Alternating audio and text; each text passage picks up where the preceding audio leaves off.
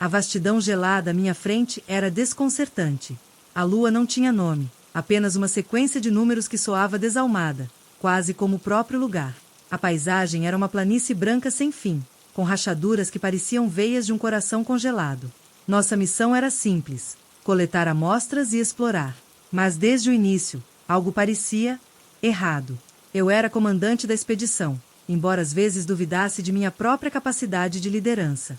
Não era a primeira vez que eu estava fora da Terra, mas era a primeira vez desde aquele dia. Aquele acidente. O rosto de Liam ainda aparecia nos meus sonhos. Sua voz ecoava na minha mente. Não me deixe. Eu não o deixei. Foi o espaço que o levou. Estávamos a caminho de uma nova área de coleta quando o sinal surgiu. Um som pulsante que atravessou os rádios, denso e perturbador. No início, pensamos que fosse interferência, mas o padrão era regular demais, quase intencional. Está vindo do sul, a 6 quilômetros daqui, disse Rai, nosso engenheiro. Ele ajustou o comunicador, tentando decifrar o som. Mas não eram apenas ruídos. Eram como sussurros. Palavras que eu não conseguia entender, mas que, de alguma forma, faziam sentido dentro de mim. Meu estômago revirou.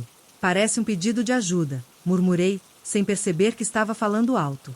Olhei para os outros. Eles pareciam sentir o mesmo desconforto que eu, embora ninguém dissesse nada. Era como se o sinal fosse dirigido a cada um de nós, tocando algo profundo e pessoal. O silêncio foi quebrado quando Rai se virou para mim. Comandante, o que fazemos? Respirei fundo, lutando contra a sensação de que já sabia a resposta. Nós seguimos o sinal. Seguimos em silêncio, os trajes rangendo a cada passo no gelo. A origem do sinal estava a quilômetros de distância, mas era como se ele nos puxasse.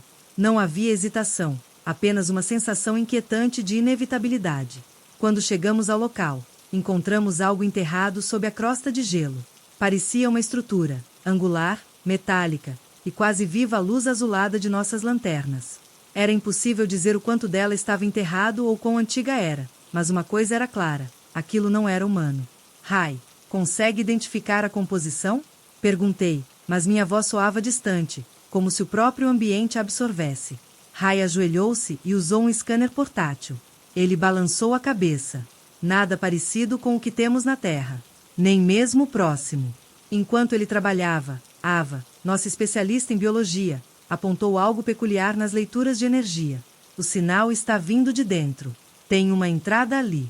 A abertura parecia uma cicatriz na estrutura, como se algo tivesse rompido para fora ou para dentro. Contra meu melhor julgamento, decidimos entrar. O interior era escuro, mas não vazio. Uma leve luminescência emanava das paredes, revelando formas e símbolos que pareciam em constante movimento. Algo naquela luz fazia meu peito apertar, como se a própria estrutura carregasse um peso emocional que eu não podia ignorar. No centro da sala principal, encontramos o que parecia ser o coração da estrutura, um dispositivo pulsante, brilhando em tons de dourado e vermelho. Cada pulsação parecia sincronizar com o sinal. De repente, o dispositivo emitiu um som mais intenso, como uma nota de lamento. Todos pararam. Foi então que as luzes projetaram imagens no ar, como hologramas. O que vimos foi apenas o começo do horror. As imagens dançavam ao nosso redor, mas eram mais do que meras projeções. Havia algo visceral nelas, como se estivessem conectadas diretamente às nossas emoções. O primeiro holograma mostrou uma cidade alienígena, suas torres brilhantes alcançando os céus de um mundo desconhecido. Parecia pacífica, até que o caos irrompeu. Explosões rasgaram o céu. Seres altos e esguios, com olhos enormes e luminosos, corriam pelas ruas, gritando silenciosamente enquanto eram consumidos por uma onda de destruição. O holograma não emitia sons além do pulsar constante do dispositivo, mas ainda assim podíamos ouvir a agonia. Ou pior, sentir. De repente, meu peito apertou.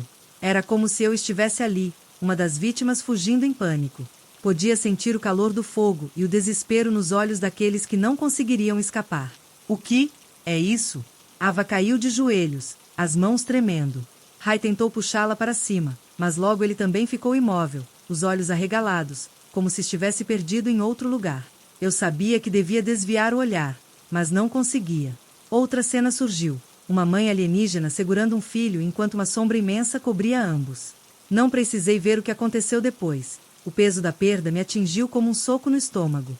Isso não são apenas memórias. disse Rai, finalmente recuperando a voz. Isso é. Eles querem que sintamos o que eles sentiram. A ideia me gelou até os ossos. Era uma espécie de legado, mas não um que pedimos para carregar. Comecei a puxar Ava para longe, tentando focar nos detalhes do dispositivo. Era isso que alimentava os hologramas, e parecia que sua energia estava se intensificando a cada segundo que passávamos ali. Precisamos sair agora, eu disse, a voz firme apesar do terror que crescia em mim. Enquanto tentávamos recuar, o dispositivo emitiu outro pulso. Dessa vez, as luzes se apagaram brevemente antes de acender novamente, muito mais fortes. Foi então que aconteceu. Não vi mais hologramas alienígenas. Vi a mim mesma. Vi Lian, flutuando no vazio do espaço, a mão estendida enquanto sua voz ecoava. Não me deixe.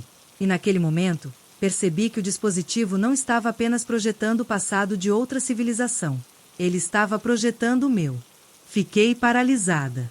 Era como se o dispositivo tivesse arrancado meu pior pesadelo de dentro de mim e o jogado na minha frente, vívido e inescapável. O rosto de Lian, seus olhos arregalados, a mão que nunca consegui alcançar, tudo estava ali, como se eu estivesse vivendo aquele momento novamente. Minha respiração ficou irregular, e meus joelhos quase cederam. Não era real, repeti para mim mesma. Não podia ser. Mas cada detalhe estava perfeito, desde o som abafado do oxigênio escapando de seu traje até o desespero em sua voz. Então, ouvi algo diferente. Não era a voz de Lian. Era outra presença, fria e imponente, que parecia sussurrar diretamente na minha mente. Você sente o que eles sentiram. É necessário. Dei um passo para trás, olhando ao redor. Não havia ninguém ali, mas as palavras continuavam, ressoando como se fossem parte do próprio ar. Quem é você? Minha voz saiu fraca, quase inaudível. Somos a memória. O último eco de uma civilização perdida. Enquanto a entidade falava, as luzes da estrutura mudaram de intensidade, projetando novos hologramas. Desta vez, eram imagens de seres alienígenas trabalhando desesperadamente, construindo algo que parecia ser o próprio dispositivo que agora nos atormentava. Eles gravaram suas emoções mais profundas, seu sofrimento mais puro, como um aviso. Ou talvez como um legado. Vocês querem que sintamos isso? Por quê? Minha pergunta saiu mais como um grito, alimentado pela frustração e pelo medo. A resposta veio como uma onda de tristeza esmagadora. Para que nunca sejamos esquecidos. Foi então que entendi. O dispositivo não era apenas um repositório de memórias. Era uma armadilha emocional. Eles não queriam apenas que suas histórias fossem conhecidas. Queriam transferir o fardo de sua dor para quem as encontrasse.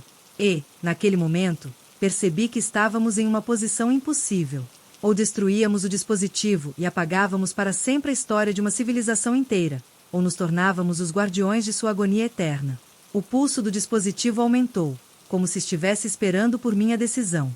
O dispositivo pulsava como um coração, iluminando a sala em tons dourados e rubros. Cada pulsação parecia sincronizar com o peso no meu peito, como se estivesse tentando arrancar algo de dentro de mim. Maia, precisamos destruí-lo. Rai gritou, sua voz trêmula. Ele segurava a Ava, que ainda lutava para se recompor após as últimas projeções. Mas eu sabia que não seria tão simples. Não era apenas um artefato alienígena, era uma vida. Um eco consciente, sustentado pelo sofrimento de uma civilização inteira. Cada decisão que eu já havia tomado como comandante parecia insignificante diante da escolha que tinha à frente. Me aproximei lentamente do dispositivo, enquanto a voz da entidade continuava em minha mente, cada palavra mais intensa do que a anterior. Você sente nossa dor. Ela também é sua. Por um momento, a sala desapareceu. Eu estava de volta ao espaço, segurando a mão de Lian enquanto o vácuo puxava para longe. Era como se o dispositivo estivesse escavando minha alma, expondo a ferida que nunca cicatrizou. Você me deixou, Maia. A voz de Lian era clara, cortante. Eu apertei os olhos e balancei a cabeça. Não. Eu fiz tudo o que pude. Gritei, minha voz ecoando. De repente, o rosto de Lian desapareceu, substituído por uma visão alienígena. Era um líder, ou talvez um cientista, seu rosto marcado por desespero enquanto ativava o dispositivo. A entidade queria que eu entendesse. Não queremos destruir. Queremos existir. Meu coração disparou. Se destruíssemos o dispositivo, apagaríamos a última prova de que essa civilização existiu. Mas mantê-lo ativo significava perpetuar o ciclo, condenando-nos e qualquer outro que o encontrasse ao mesmo tormento. Maia, está nos matando. Rai gritou novamente. Olhei para ele, para Ava, para os rostos exaustos e aterrorizados da minha equipe. E então, olhei para o dispositivo. Se vocês querem existir, precisam nos deixar ir, sussurrei. Coloquei as mãos sobre o dispositivo, ignorando a dor que irradiava dele.